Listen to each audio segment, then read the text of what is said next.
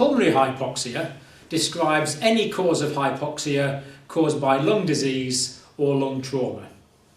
Now, we're not going to go through all these lung diseases in great detail, but we'll look at the principles of why these lung diseases cause hypoxia. And the first one I want to mention is lower airway obstruction. And there are many disease processes which can affect the medium and the smaller sized airways. Chronic bronchitis, for example, very common condition, caused primarily by inhaling smoke. And there is chronic inflammation of all of the airways, the larger, the medium and the smaller airways. And the airways produce too much mucus. And the mucus partially obstructs the airways, leading to airway obstruction. Cystic fibrosis is actually correctly termed mucoviscidosis. The mucus becomes too viscous and can no longer be properly cleared by the mucociliary clearance system. Like chronic bronchitis, that leads to excessive amounts of mucus, thick mucus, mucus stasis. And of course, when you have stasis of mucus, that leads on to superimposed infection as well. Tumours in the lung can block the smaller airways. And tumours can block airways, meaning that there's an area of pneumonia beneath the obstructed airway. This can happen in bronchitis as well. You can get mucus plugging. So if the smaller airways are blocked by tumour or plugs of mucus, then you can get segmental pneumonias as a result of lower airway obstruction. Another sort of classification is increased airway resistance. If it's difficult for the air to get through the airways. Asthma, perhaps, is the best example of this. In asthma, most people know that there is bronchoconstriction, meaning the airways get smaller. But also in asthma, there is too much mucus produced. And the mucus blocks up the airways. There's also inflammatory swelling of the airways as well. So the airways are narrowed, resulting in increased airway resistance as a result of bronchoconstriction, inflammatory swelling, and increased mucus production.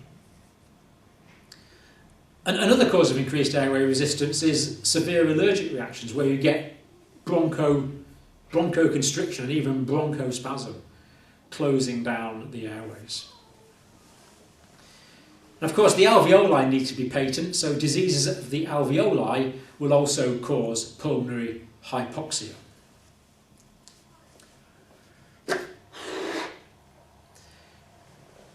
When the diaphragm moves down and the intercostals move up and out, air is sucked into the alveoli and they fill up. So the alveoli fill up with air. And the walls of the alveoli are elastic. So when the patient breathes out, the alveoli passively recoil. So breathing in, the alveoli fill up. Breathing out, the passive recoil of the alveoli facilitates expiration. And in emphysema, the elasticity of the alveoli is lost. So the air is not pushed out again. That means the stagnant air fills up the air spaces and there's no effective gaseous exchange because the levels of oxygen in the inhaled air won't be good because the air is not being exchanged. You get a hyperventilation of the lung. Also, in emphysema, there is a permanent destruction of the walls of the alveoli, which reduces the surface area over which gaseous exchange can take place. Now, if you're involved in neonatal care, you might have come across respiratory distress syndrome. Now, in order for oxygen to be absorbed from the alveoli, it first diffuses into the fluid lining of the alveoli. But this only works effectively if the water lining the surface of the alveoli has a very low surface tension. And this surface tension is reduced using surfactant. So our alveoli are producing surfactant all the time, meaning that surface tension is low, meaning the oxygen can diffuse readily into the fluid lining the alveoli. But in the fetal lung, because the lungs are not ventilated, the surfactant is not produced until late on in pregnancy. So if a baby is delivered prematurely, they can lack this surfactant and suffer from respiratory distress syndrome. Adults can get a condition called adult respiratory distress syndrome. It's actually a different thing. Adult respiratory distress syndrome can be caused by any trauma or severe condition. It's sometimes called shock lung. And the lungs just basically fill up with sticky inflammatory fluid. It's a pulmonary edema, really. So alveoli problems of the alveoli are cause of pulmonary hypoxia. Infections are the next one I want to look at. Chronic infections like tuberculosis and acute infections like pneumonia. In pneumonia, if we think about the alveoli,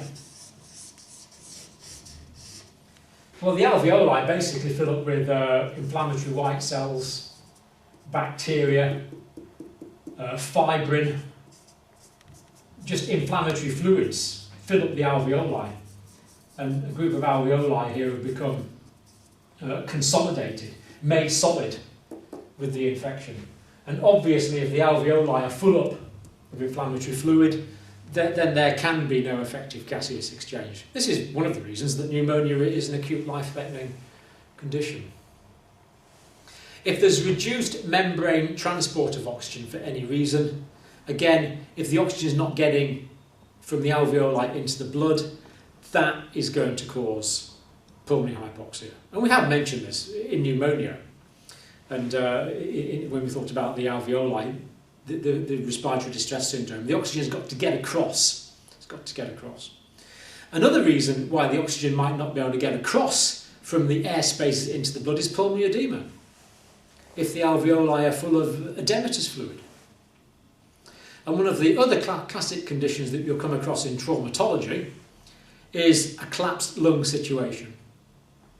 If air gets into the pleural cavity, that is between the visceral and parietal pleural membrane, the negative pressure between those two membranes will be lost and the lung can collapse as a result of the mechanism of pneumothorax. What we're going to do now, just scan through these notes quickly, then I'm going to show you a diagram of a collapsed lung.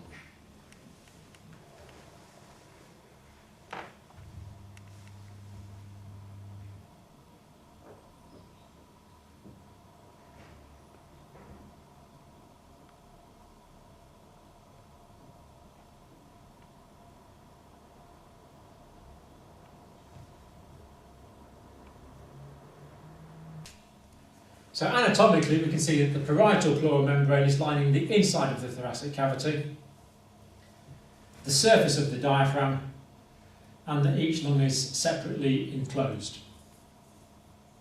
This is very important because it means if one lung is collapsed, the other lung can remain ventilated.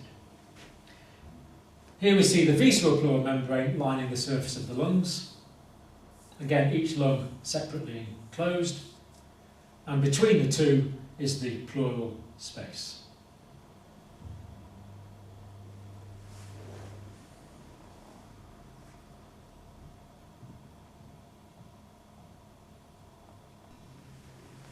So here we see the chest wall with the ribs and the intercostal muscles.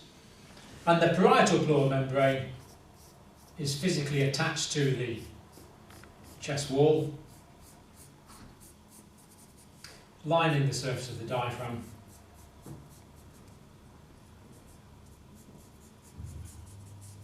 And separately enclosing each lung. Now the visceral pleural membrane is sucked up against the parietal, but there's no physical connections between the two. That means the pleural space is a potential space. There's not really a space there in life, but there could be if anything was introduced between the two. So the two membranes are in contact, but not physically connected. In fact, there's a film of fluid between the two, sucking the two together. There's actually a slight negative pressure between the two membranes.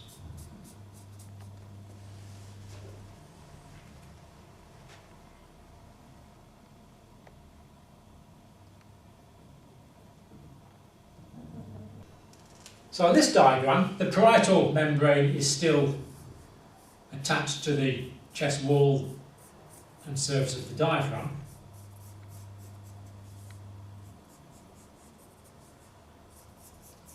But unfortunately here there's been a penetrating injury. And that has allowed air from the outside in between the two membranes. So now, here's the visceral membrane, which is no longer being sucked onto the parietal membrane because air has been introduced between the two membranes.